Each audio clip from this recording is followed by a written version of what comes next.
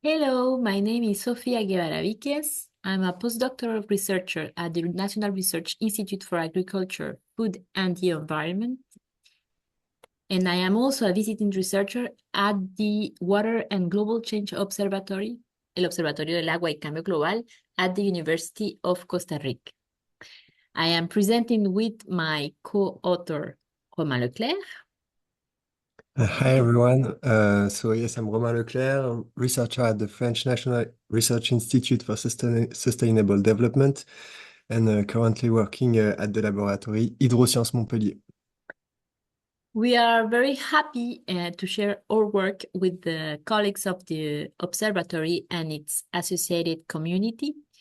This proposal shares the first conclusion of a joint reflection we have been developing with Romain, based on our respective PhD on two flooded cities in the global south.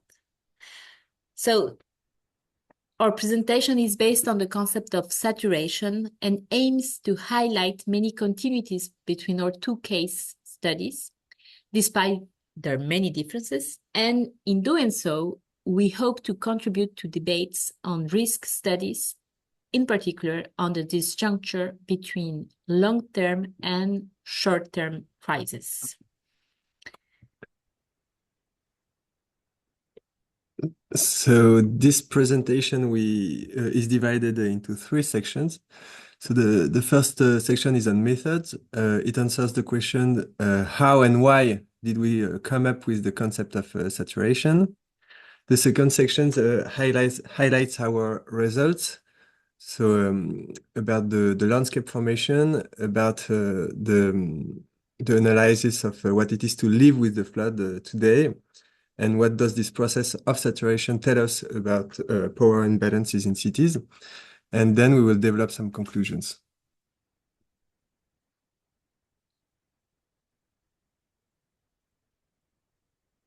We carried out our doctoral research simultaneously with Romain in two very different and distant cities that are frequently affected by urban floods: San Jose, capital of Costa Rica, the capital of Costa Rica, and Dakar, the capital of Senegal in Africa. We began to compare our data, our situated and qualitative approaches, and our findings. And the idea was to build bridges between these elements in order to answer to a question: what did our cases tell us about global processes of transformation of territories in the global south that today lead to similar socio-environmental problems, urban flooding? So we tried to understand the material changes of our two cities during their recent history. So it appeared that the process of urbanization of old cultivated lands is common between our two cases, but that it took different forms, leading to different type of floods. So stagnating water in Dakar and violent overflow in San Jose. Anyway, despite these material differences and flood processes in our two cities, the public authorities' responses had been pretty the same. They urged to increase the capacities and the reach of drainage network and sewage, etc. So the combination of these different material processes leading to similar solutions led us to the concept of saturation, which in hydrology means the state of a medium whose interstitial voids are completely filled with water. Knowing this, we try to connect saturation, the concept of saturation, with what we had read about the notion of crisis in disasters and risk studies. And it seemed interesting because the notion allowed us to understand the notion of crisis from a new point of view. In the literature, the crisis often refers to a state of uncertainty, often linked to an exceptional, accidental, but disruptive event that shakes the ordinary and reduces the time available for decision-making. The notion is related to the suddenness of a probable disruption, implying changes in the ordinary functioning of organizations. Now, within the literature, other notions have pointed at other type of crisis, long-term crisis, such as the notion of neglected disaster or small disaster, which both refer to disasters often neglected because they are less exceptional and because of their long-term nature. And because of these features, this type of long-term crisis attract less public and media attention. More recently, the notion of slow disaster emphasized this long-term process by which disaster happen beyond an event. So the idea by proposing saturation was to find a tool for the comparison and to shed light on the links between crises as stated events and crises as long-term disasters as in the context of the Anthropocene, because as the Anthropocene, based on the literature, is also the time of concatenation of both slow and quick onset events. So to say it otherwise, we wanted to analyze together slow and quick onset events. With saturation, it is possible to see crisis not only as a moment, but also as the result of a long-term process of accumulation in time and space. Accumulation of what? Of practices, of techniques, and of material and as sand or concrete, aiming to modify, control, and orient the behaviors of water. This means that the concept allows us to name at the same time the critical event, the critical moment, but also what happened before to get to this saturation point. From this perspective, the crisis is not an event, but it can be seen as a material thickness that transforms both watersheds and urban practices and their government over time, which was very relevant to interrogate our case studies. It also results from this perspective the need to think together the emergence of flood producing urban landscapes, the social effects of the daily exposition in our different contexts, and also the forms of urban floods, the forms of government of these urban floods. So in Dakar, the soil saturations appeared at the crossroad of old wetlands transformation, urbanization without sanitation processes, and the rising of the groundwater table. So the first factor is determinant. The hydroscape of the Cape Verde Peninsula is very specific, made by a network of permanent or intermittent ponds connected together by the groundwater table.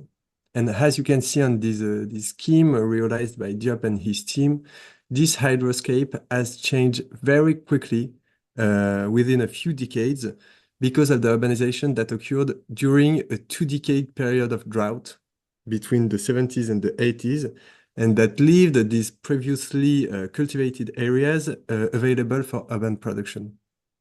So when the drought period ended during the 90s, the return of the rain led to the kind of flood that I described before, consisting mainly of stagnant water that forced a lot of people to leave their home, creating the kind of abandoned neighborhood that you can see on this photo with a lot of aquatic plants that started to grow up within the abandoned houses.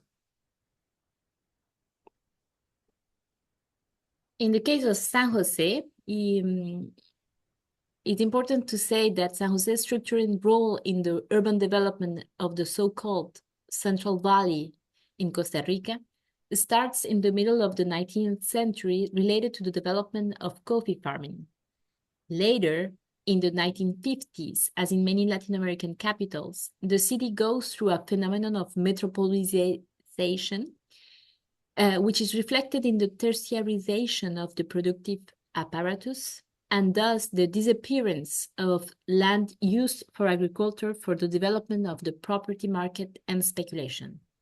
And this is reflected in rapid demographic growth and rapid horizontal urbanization. In the course of this transformation, the channels built to irrigate the coffee growing fields became drainage canals for urban water.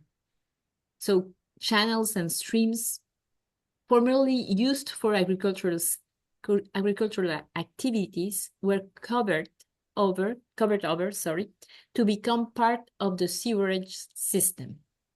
Most rivers and streams are channeled and buried, hidden by buildings. The watercourses can also be lined by walls, and their beds become very narrow, strangulating the flow capacity. This process of piping is punctuated by the phenomenon of flooding that becomes violent with time after a process of soil sealing linked to the extension of the urban area. This transformation is progressively linked to the problem of floods, in particular in the 1970s. Thus, the concept of saturation aims to name this historical accumulation of people, techniques, and practices that shaped landscapes from wetlands and agricultural lands to two-sided urban waterproof area in order to fit the demand of local and global shifting political economy. These processes transform the hydrographic basins into a new entity with their specificities in each context. In the case of San Jose, as we can see on these two photographs, the saturation process implied soil sealing and channelization of rainwater, resulting in a reduction in the capacity of watersheds to absorb water.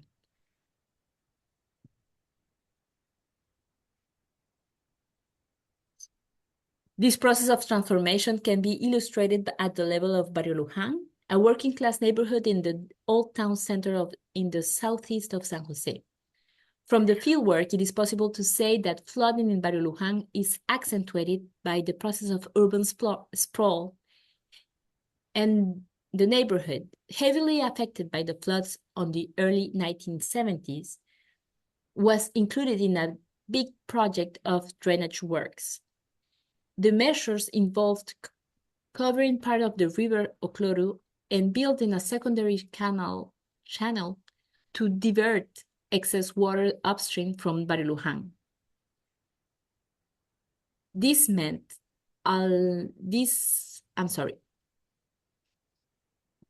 This means that as long as it reduces the impact of overflows, work on the sewerage system was and is a popular option. But while the network is being deployed to reduce overflows, it also shapes today's flooding. So in Dakar, this process of saturation implies the sealing of previously absorbing soils, like sandy ones. Would it be because of the accumulation of water or because of the rise of the water table? In this configuration, of course, there is flooding episode, there is violent episode, when the water suddenly invades houses and streets, for instance. But compared to San Jose, the main characteristic of Dakar floods is water stagnation. Sofia, could you please pass the... Yes. Thank you. So in flood-exposed Dakar district, before and during the production of a major drainage infrastructure from the years 2010 and after, the main individual solution was to leave your house on one hand, as we saw, or to backfill the ground and rise up the wall of your house to avoid the floods. So it gives you a glimpse of what it entails to live in a saturated environment where the water is stagnant. It means that the individual exposition relies upon the action of other individuals in a communicating vessel system. So as you can see on this scheme, once your neighbor has backfilled his own house, it means that you will receive the rainwater that he was absorbing before. And on the other hand, when you decide to leave, you allow water to stagnate in your house, leading to the formation of a new accumulation point that will fragilize your neighbor. As you can see here, it will expose the house of your neighbor, for instance, to capillary rising. More generally, in this context, each effort to elevate the ground or to pave the road, for instance, to waterproof the city, will lead to the concentration of water elsewhere, displacing the problem more than solving it. In San Jose, this process of transformation means to live yearly with violent floods, such as shown by the video in Barrio Luján. I'm going to show this video shared by a resident in Barrio Luján in 2016.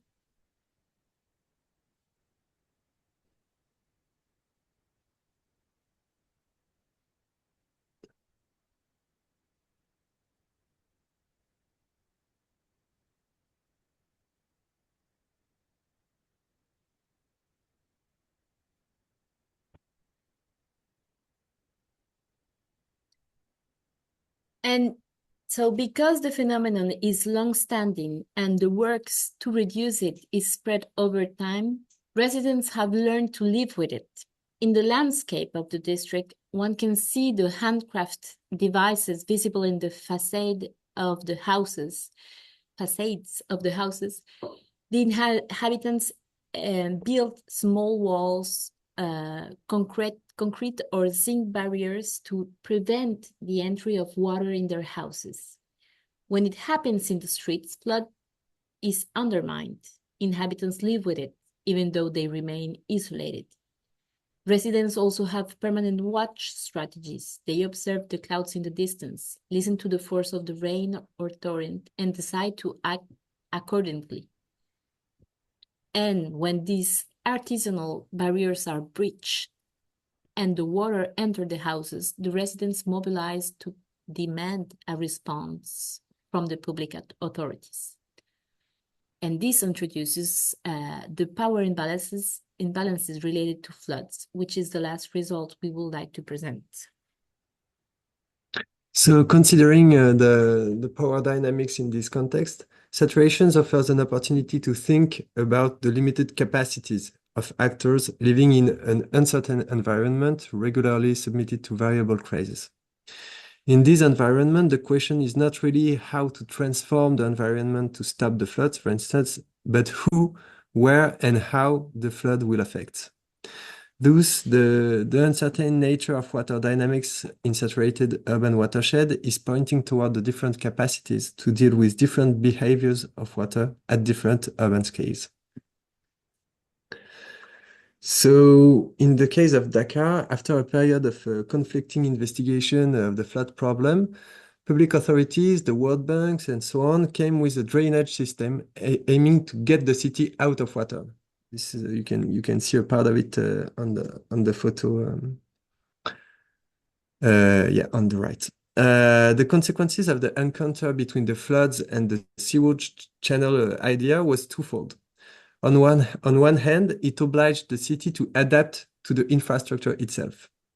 On the other, this infrastructure is dependent to function on many contributions of the inhabitants, local organizations, municipal authorities, as you can see on the photo on the front right, where people are engaged in what they call set-settle action to clean the basin, allowing water to flow in these channel and basins.